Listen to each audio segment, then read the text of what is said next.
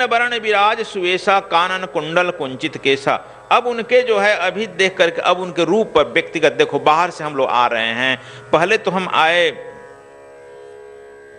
गुरु के, देखो कहां से पकड़ रहे हैं तुलसीदास, पहले गुरु की वंदना किए, फिर गुरु के वंदना से उनके बल बुद्धि को किए, बल बुद्धि के वंदना से फिर कहे जय हन ज्ञान ज्ञान गुण सागर का किए। अब देखो अब व्यक्तिगत उनके रूप पर आ रहे हैं, कंचन वरण विराज सुवेशा कानन कुंडल कुंचित केसा। हालांकि हनुमान जी अपने कहे हैं कि हमारा तो रूप ऐसा है, प्रातः काल जो ले नाम हमारा, जो हमारा प्रातः काल जो नाम ले लेगा उसको भोजन नहीं मिलेगा, जो हमारा प्रातः काल रूप देख लेगा। अच्छा बताओ, किसी का भी लड़का यदि हनुमान जी की तरह जन्म ले ले तो कोई शादी करेगा? कोई चुनेगा लड़का दुल्हा कि हाँ हम इसे शादी करेंगे? इसलिए इनके गुण का वर्णन किया गया है। देखो जो आदमी, आज हम पढ़ रहे थे कहीं साइकोलॉजिस्ट की बात, मनोवैज्ञानिकों का बात, अमेरिका के और वैज्ञानिकों का शोध जो अभी आया है, अभी करंट 1 महीना का अंदर आया है, जो लोग सुंदर नहीं होते हैं और सुंदर होते हैं, जिसकी शरीर जो है कुरूप होता है, उसमें परमात्मा कहीं न कहीं ज्यादा उसमें ऐसी प्रतिभा दे देता है, ऐसी क्षमता दे देता है कि वह अपने प्रतिभा और क्षमता से लोगों को प्रभावित कर लेता है। जिसका शरीर सुंदर होता है, हम लोग और जो प्रतिभा कम भी रहते हैं तो हम लोग उसको जो है किसी इंटरव्यू में सिलेक्ट कर लेते हैं, क्योंकि उसको व्यक्तिगत पर्सनालिटी काउंट कर जाती है। लेकिन अब यह खोज आ गया इधर 1 महीना के अंदर कि अब यह खोज करना ठीक नहीं है। वह जो है जितने जो हैं लगभग प्रतिभा संपन्न आदमी जो होते हैं व्यक्तिगत, वह कहीं न कहीं अपने रूप में खराब होते हैं। चाणक्य तो इतना काला था, उसका दांत भी काला था, और हनुमान जी का रूप देखिए रहा। तुम्हारे यदि हनुमान जी की तरह रूप हो जाए तो सब लोग भागने लगेंगे आसपास। हनुमान जी का न रूप मिल गया था नारद जी को, जयमाला पहनाने के लिए गए थे, सब वो भाग गई, जयमाला पहनेगा। देखो ये हनुमान जी की तरह अब इसके रूप पर आए हैं। लेकिन एक बात और है, यदि तुम कुरूप भी हो, खराब भी हो, शरीर में कुरूपता सुंदरता नहीं रहती है, तुम्हारे आंखों में रहती है। लोग कहते हैं कि लैला बहुत सुंदर नहीं थी, लेकिन मंजनू के आंखों में बस गई थी। उसका बाप बहुत कहता था कि इसे हम लैला से अच्छा अच्छा सुंदर लाकर आ रहे हैं, लेकिन मंजनू के आंख में वह नहीं जा समा रही थी। यह तुम्हारी आंखों में है। तुलसीदास की आंखों में जो है अब हनुमान जी की सुंदरता समा गई है। यानी हनुमान जी गुरु मानते हैं, तुम्हारे आंखों में तुम अपने गुरु की यदि सुंदरता समा जाती है तब तो यह काम यही हो सकता है जो तुलसीदास जी कहते हैं। यह वर्णन कर रहे हैं महावीर जी का कि कंचन वरण विराज सुवेशा, इनके लिए बहुत सुंदर हो गया है कंचन वर्ण, सोने का वर्ण। यदि सोने का रंग आजकल किसी लड़के का हो जाए, सोने का रंग कोई पूछेगा? चांदी का रंग हो जाए तो पूछेगा, कहेगा अरे कुष्ठ रोग हो गया यार, कोड़ी हो गया। लेकिन देखो इनके आंखों में समा गया है, इसलिए कहते हैं कंचन वरण विराज सुवेशा। इनका कंचन वरण है विराज, और यह जो है वेश जो है इनका सुंदर है। तुलसीदास के आंखों में कंचन वर्णन भी इनको बहुत सुंदर लग रहा है। सुंदरता तुम्हारे अंदर की बात है, हृदय की बात है। तुम्हारा हृदय से उसके हृदय मिल गया तब वह तुम्हारे लिए सुंदर हो गया, और वह सुंदर भी है, तुम्हारा हृदय ही नहीं मिल रहा है तो कुरूप है। इसलिए यह कह रहे हैं कानन कुंडल कुंचित केशा। आगे बढ़ाई किए जा रहे हैं उनका मुंह देख करके कि कान में भी कुंडल है सोने का। क्या ये भी बंदर कुंडल लगा के घूमते हैं? कभी हजारों हजार बंदर देखा है पहाड़ कुंडल घूमते हैं। यदि कुंडल तुम लगा भी दो, पेड़ में यदि चढ़ गए तो उनके लिए घातक हो जाएगा ना। वह कुंडल कहीं फंस जाएगा किसी डाली से, या तो कान जाएगा या कुंडल जाएगा। इसलिए समझ लो कि यह राजकुमार थे, यह बंदर नहीं थे। तुमने बंदर बना दिया, बंदर जाति हो गई है। अभी भी जो लोग आदिवासी लोग जो है ना, यहाँ रांची छत्तीसगढ़ झारखंड के आदिवासी लोग मुर्मू जो ये लोग बहुत लोग हैं, वे अपने को हनुमान जी का ही गोत्र मानते हैं, हनुमान जी को ही अपना पूर्वज मानते हैं। अभी बहुत लोग, इनकी बहुत सारी जातियां आदिवासी जंगली इलाकों में मिलता है। कुछ लोग जामवंत को अपना पूर्वज मानते हैं, कुछ हनुमान जी को अपना पूर्वज मानते हैं। इसलिए अब तो बहुत खोज की विषय हो गया है। अब कह रहे हैं कि हाथ वज्र और ध्वजा विराजे, कांधे मूंज जनेऊ साजे। अब आगे कह रहे हैं कि इनका वर्णन करते चल रहे हैं तुलसीदास जी। हाथ में इनका वज्र है और ध्वजा है। वज्र, गदा जो है वज्र की तरह है। तुल हाथ में लेकर क्या चलता है? पूछेंगे कि हाथ में क्या ले आया भाई? तो गुरुजी जानते नहीं है, पत्नी आज नाराज है इसलिए उसके लिए लिपस्टिक पाउडर सब लेके जा रहे हैं हाथ में। और क्या लिया है हाथ में? तो कहा कि अरे उसके लिए कुछ समोसा वमोसा ले जा रहे हैं गुरुजी खिलाने के लिए।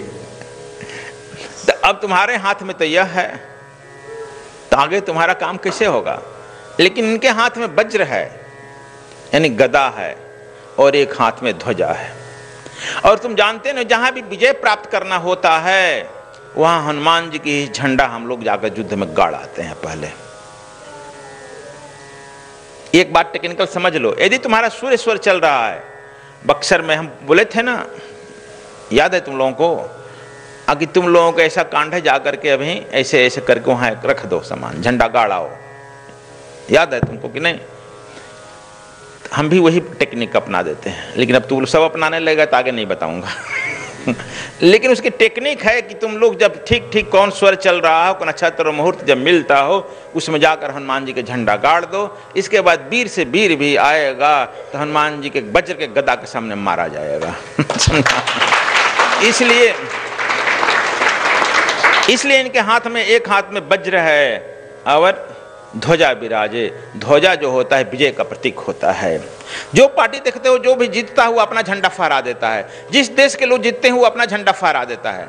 देखता है स्वतंत्रता जब हमारा देश हुआ 15 अगस्त को, सबसे पहले हम ब्रिटिश का झंडा उतारकर अपना झंडा फहराए, तो वही भी हनुमान जी का झंडा है। और जिधर हनुमान जी का झंडा, जानते हो भगवान यहाँ पर महाभारत के युद्ध में अर्जुन के रथ पर जो झंडा गड़ा गया था उसमें हनुमान जी का झंडा गड़ा था और उसमें हनुमान जी स्वयं बैठे हुए थे और कृष्ण सारथी थे। और जब युद्ध हो रहा था लेकिन उस झंडा को भगवान कृष्ण लगाए थे, इसलिए अर्जुन कीमत नहीं समझ रहा था। वह कह रहा था कि झंडा निकाल कर फेंकना, हवा रोक रहा है बड़ी।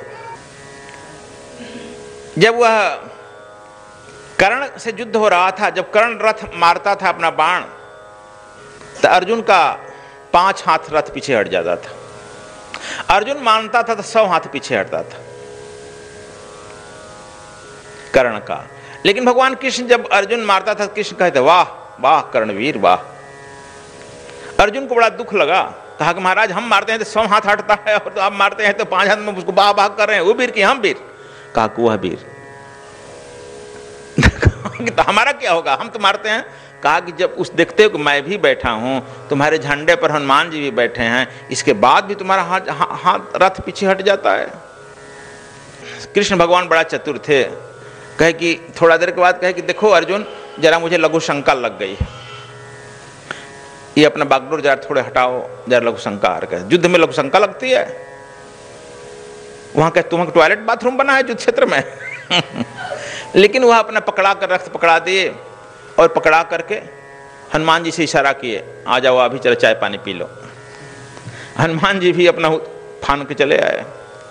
और जब कर्ण मारता है बाण इस बार, तो यह जो है अर्जुन का जो है रथ आकाश में घूमने लगा, पृथ्वी पर नहीं रहा, आकाश में घूमने लगा। यानी गुरुत्वाकर्षण को छेद करके ऊपर जाने ही वाला था।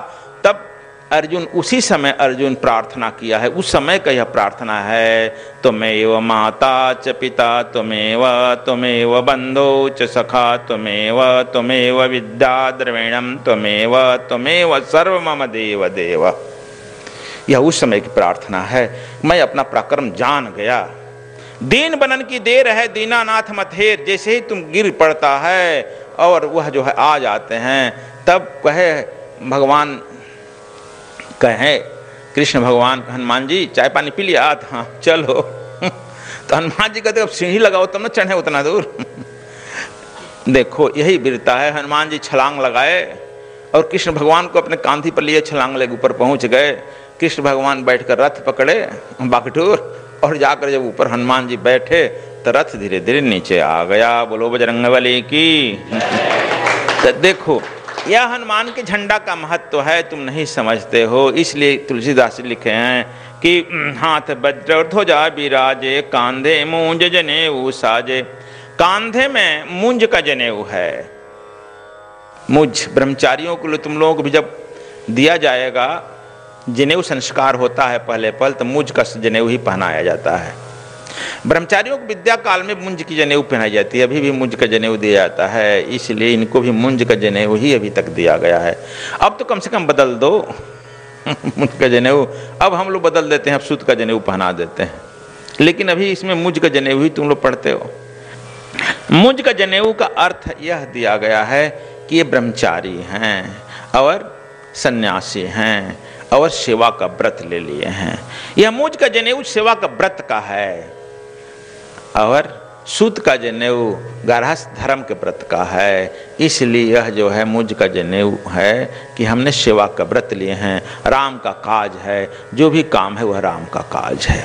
और राम का काज समझ कर जो काम करेगा तुमको असफलता कभी नहीं मिलेगी। जब तुम अपना काम समझ कर काम करेगा, निज का करेगा, पग पग पर तुझे असफलता मिलेगी। यह बात समझ लेना तुम लोग। शंकर सुवन केसरी नंदन, तेज प्रताप महाजगबंदन। आ गया शंकर का सुवन और केसरी का नंदन। शंकर का सुवन अब समझ गया। शंकर के भी यह मानस पुत्र थे, केसरी के तो पुत्र थे ही, और इसलिए इन्हें शंकर के भी कृपा प्राप्त है। और शंकर के तो रुद्रा अवतार है ही, इसलिए इनका प्राप्त है। इसलिए तेज प्रताप महाजगबंदन, इनमें जो तेज है, प्रताप है, प्रताप शक्ति, तेज, आदमी में तेज बढ़ता है। समझा कैसे तेज बढ़ता है? इसका उदाहरण बताऊं। एक बार अंग्रेजों के काल में 1940 में दिल्ली में मीटिंग बैठी, तब सब में हुआ कि भाई काशी नरेश छोटा नरेश है, इस आता है तो हम लोग सब खड़ा होते हैं। हम लोग क्यों खड़ा होंगे? इस काशी नरेश से बड़ा कश्मीर नरेश भी है, ग्वालियर भी है, बहुत सब बड़े नरेश हैं, इसमें हम लोग क्यों खड़ा होंगे? हम लोग से बड़ा तो है नहीं। यह खबर सी आई आ गई, तुम लोग तो खबर हमको देता है सब काम बीतने पर। काशी नरेश, अच्छा ठीक है, अब तो खड़ा कोई होगा नहीं मीटिंग में। अपना काशी नरेश पहुंचे दिल्ली। दिल्ली जाने के बाद मीटिंग में तो जाना ही था। सब राजा आ गए, सब होता काशी नरेश के दिखते रहना, आएगा, हम लोग खड़ा नहीं होंगे। तब तक से ये अपना एक आदमी मृगछाला पहने, त्रिशूल लिए और कमंडल लिए, नाग लपटे, सभा में प्रवेश किया। जो ही सभा में प्रवेश किया, देखो ये तेज है, सब लोग घबराकर खड़ा हो गए। भगवान शंकर आ गए। पीछे से उनका आदमी बोला, काशी नरेश की जय। सब लोग गए, तो बड़ा गड़बड़ हो गया, हम लोग इतना मीटिंग किया, हफ्तों दिन काशी नरेश आएगा तो बोल नहीं खड़ा होंगे, आखिर खड़ा कराइए दिया। और काशी नरेश अपना जाकर ऊंचा आसन पर बैठ गए। देखो यह तेज होता है। जब वह तेज आएगी, प्रतिभा आएगी, संपन्नता आएगी, तो कोई तुम्हारा कर नहीं पाएगा, हट जाएगा। मैं अपनी जिंदगी में भी अनुभव किया हूं। हमारा कद काठी दिखता ही है, लेकिन अक्सर मैं विरोध में ही रहा हूं। और उस विरोध के बीच में जिस सभा में मैं गया हूं, सारी विरोधी बंद होकर दौड़ दौड़ पैर छूने लगते हैं। यदि तुम में सत्य का, यह बचपन से मैं देखते आ रहा हूं विरोध, तुम लोग अक्सर से आया है, पता लगाना। जिस सभा में सोसाइटी में गए, हमारे खिलाफ बात होते रहेगी, लेकिन जो ही मैं पहुंचूंगा कि सब सम्मत से अध्यक्ष मान लियागा, खत्म। यह तुम्हारा तेज है, तुम्हारा चाल और चरित्र काउंट होता है। इसलिए कहते हैं कि चाल चरित्र तेज यदि तुम रखेगा, तो इसीलिए कहा गया है तेज प्रताप महाजगबंदन। इसमें तेज है, प्रताप है, तब तुम जग में बंधन होगी। और तुम लोग भी जब ऐसे आएगा, तुम हमें भी तेज आ जाएगा। फिर रोना नहीं पड़ेगा कि हमारे लिए ये ऐसा बोल देता है तो ऐसा बोल देता है, ऐसा सोच लेता है तो ऐसा सोच लेता है। तुम क्यों ऐसा सोचने के लिए बाध्य करते हो? बाध्य क्यों कर रहे हो? ऐसा अपने को बना दो कि तुम्हें तेज प्रताप आ जाए।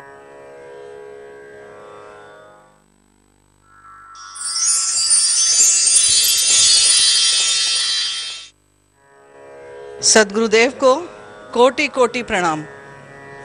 मैं अनुकृति केंद्रीय विद्यालय में शिक्षिका हूँ। सद्गुरुदेव के चरणों में 2001 में आई थी। जब मैं आई थी तब मैं काफ़ी बीमार थी। मैं ये नहीं कहूँगी कि मैं अभी भी स्वस्थ हूँ, हाँ शायद ये मेरे पुराने जन्मों का कुछ है, लेकिन मैं बिल्कुल मस्त हूँ। मुझे मालूम है हर जगह गुरुदेव मेरी रक्षा कर लेते हैं। जहाँ जाती हूँ बस जय गुरुदेव, श्री राम जय राम जय जय राम, जय गुरुदेव जय जय गुरुदेव का नारा लगाते हुए हर जगह चली जाती हूँ। हर जगह हर काम हो जाता है। ये तो है मेरा संसारिक अनुभव, और आध्यात्मिक अनुभव इससे थोड़ा सा अलग होता है। मैं मानती हूँ कि हमारी आत्मा का उन्नति कब होती है, जब हम किसी की भी गाली को सुन सकें, उस पर मुस्कुरा सकें। कोई यदि हमको कुछ बुरा भला कहता है तो उसके प्रत्युत्तर में हम हंस सकें, तब हम कह सकते हैं कि हमारी आत्मा का उत्थान हो गया। और मुझे बड़ा गर्व होता है ये कहते हुए कि किसी की किसी बात का बहुत अधिक प्रभाव मेरे ऊपर नहीं होता। दूसरा एक जो सबसे बड़ा अनुभव मुझे मिला, मैं जिस मंदिर में जाती हूँ, हनुमान जी के आगे माथा टेका, सामने खड़े होकर हनुमान जी को देखा तो मुझे तो गुरुदेव ही नज़र आते हैं। जहाँ भी कहीं देखूँ, चाहे रामचंद्र जी को देखूँ, धीरे धीरे मेरा मंदिर जाना ही छूट गया।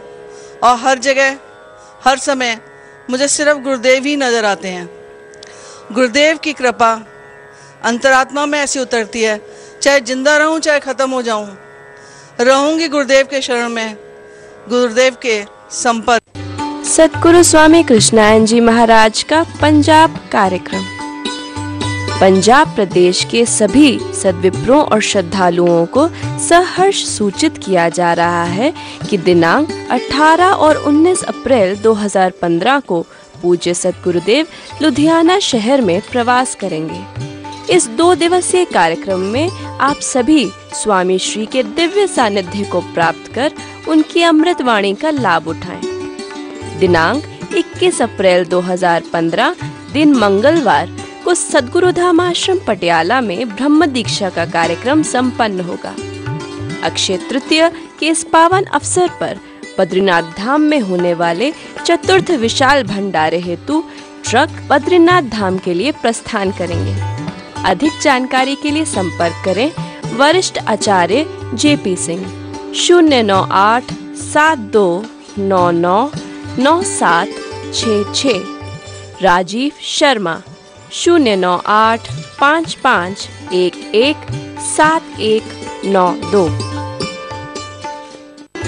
सद्गुरु स्वामी कृष्णानंद जी महाराज का उत्तराखंड कार्यक्रम दिनांक 31 मई दिन रविवार से 6 जून दिन शनिवार तक सद्गुरुधाम आश्रम बद्रीनाथ धाम में स्वर योग साधना शिविर आयोजित किया जा रहा है। इस साधना शिविर में सम्मिलित होने के लिए निबंधन पूर्व में ही अनिवार्य है। निबंधन की अंतिम तिथि 21 मई 2015। अधिक जानकारी के लिए संपर्क करें आचार्य पूनम अग्रवाल 099 6843 0203।